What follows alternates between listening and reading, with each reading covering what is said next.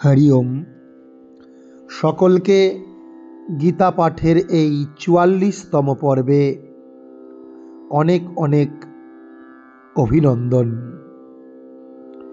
আজকে আমরা এই গীতা পাঠের ৪৪তম পর্বে যে ধারাবাহিক আমাদের আলোচনা চলছে, তার আলোচনার বিষয়বস্তু হল নিষ্কাম কর্ম বা কর্মপদ্ধতি। চলছে আমাদের শ্রীমদ্ ভগবদ্ গীতার ২য় অধ্যায় সাংখ্যযোগ। শ্রীকৃষ্ণ অর্জুনকে তার যে হতাশা, তার যে দুর্বলতা, তার যে মনের ভ্রম, মনের চঞ্চলতা, তা দূর করার জন্য তাকে নানান প্রকার উপদেশ দিয়েছেন। প্রথমে তাকে তার স্বরূপ উপলব্ধি করানোর জন্য আত্মজ্ঞানের, আত্মতত্ত্বের উপদেশ দিয়েছেন। তারপর স্বধর্ম স্মরণ করিয়েছেন, ভক্তিযোগের কথা বলেছেন এবং নিষ্কাম কর্মের কথাও এখন তিনি বলছেন। আমরা আজকে সেই ৪৮ নম্বর শ্লোক, শ্রীমদ্ ভগবদ্ গীতা ২য় অধ্যায় সাংখ্যযোগ। আমাদের যাদের কাছে বই আছে আমরা অবশ্যই একবার দেখব কি আছে সেই ৪৮ নম্বর শ্লোকে, আমরা অনুশীলন করব। যোগস্থঃ কুরু কর্মাণি সঙ্গং ত্যক্ত্বা ধনঞ্জয়। যোগস্থঃ কুরু কর্মাণি সঙ্গং ত্যক্ত্বা ধনঞ্জয়। সিদ্ধ্যা সিদ্ধ্যোঃ সমো ভূত্বা, সিদ্ধ্যা সিদ্ধ্যোঃ সমো ভূত্বা সমত্বম যোগ উচ্যতে, সমত্বম যোগ উচ্যতে। এই শ্লোকটির সরলার্থ কি না, শ্রীকৃষ্ণ অর্জুনকে বলছেন, হে অর্জুন, ফল ভোগের কামনা পরিত্যাগ করে ভক্তিযোগস্থ হয়ে ভক্তিযোগের দ্বারা সধর্মবিহিত কর্মাচরণ তোমার করা উচিত। তুমি সেই সধর্মবিহিত কর্মের আচরণ করো। কর্মের সিদ্ধি বা অসিদ্ধি, অর্থাৎ সফলতা বা নিষ্ফলতার সম্বন্ধে যে সমস্ত বুদ্ধি, তাকেই বুদ্ধিযোগ বলে। সমস্ত বুদ্ধি, যে সমত্ব বুদ্ধি, এখানে সমস্ত নয়, যে সমত্ব বুদ্ধি, অর্থাৎ সফলতা এবং নিষ্ফলতায় আমার সমান বুদ্ধি, আমি অধিক সফলতায় অত্যন্ত আপ্লুত এবং নিষ্ফলতায় অত্যন্ত শোকগ্রস্ত হব না, এটাই হচ্ছে আসল বুদ্ধিযোগ। তাকেই বলা হচ্ছে শরণাগতি। নিষ্কাম কর্মের কথা তিনি বললেন।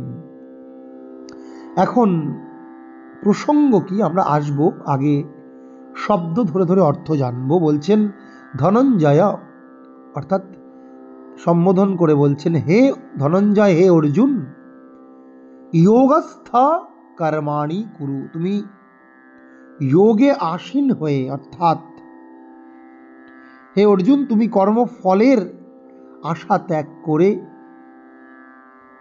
সঙ্গম ত্যক্ত্বা, তুমি সমস্ত আকাঙ্ক্ষা ত্যাগ করে, তুমি তোমার মনকে স্থির করে, ভক্তিযোগে স্থির করে, কুরু কর্মাণি, তুমি কর্মাণি করো, সিদ্ধি অসিদ্ধি, সিদ্ধ্যা সিদ্ধ্যোঃ, সিদ্ধি অসিদ্ধি, সিদ্ধ্যা সিদ্ধ্যোঃ সমো ভূত্বা, তুমি এই দুটিতে, সফলতা ও নিষ্ফলতাতে তুমি সমান হয়ে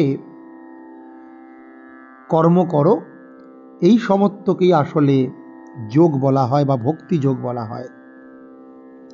এখন আমরা ৪৭ নম্বর শ্লোকে জানলাম যে শ্রীকৃষ্ণ অর্জুনকে বলছেন কিনা, তোমার কর্মণি এব অধিকার, অধিকার তে, তে মানে তোমার, হে অর্জুন, তোমার কর্মেই অধিকার আছে, তোমার ফলে কোনো অধিকার নেই।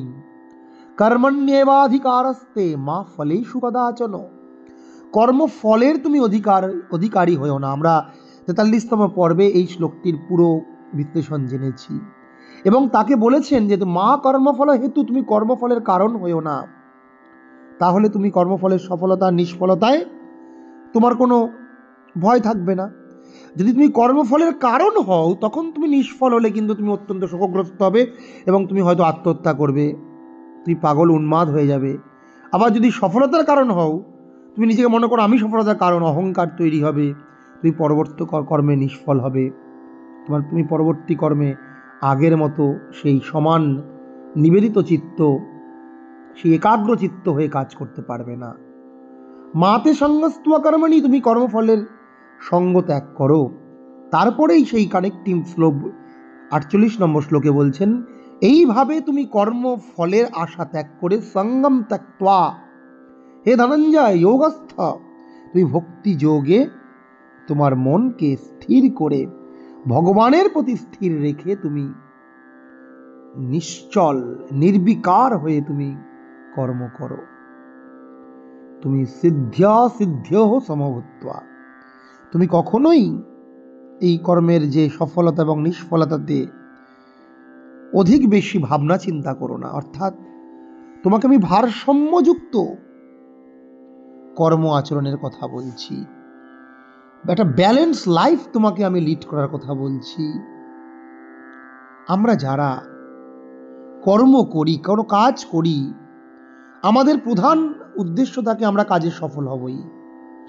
এখন আমরা যদি সফল হব, ঠিক আছে, তার জন্য এটা অনুপ্রেরণা, কিন্তু সফল হওয়ার পিছনে এই কর্মের ফল যে সফলতা বা নিষ্ফলতা, আমি যদি ভাবি আমার জন্যই হয়েছে, তাহলে কিন্তু অহংকার তৈরি হবে।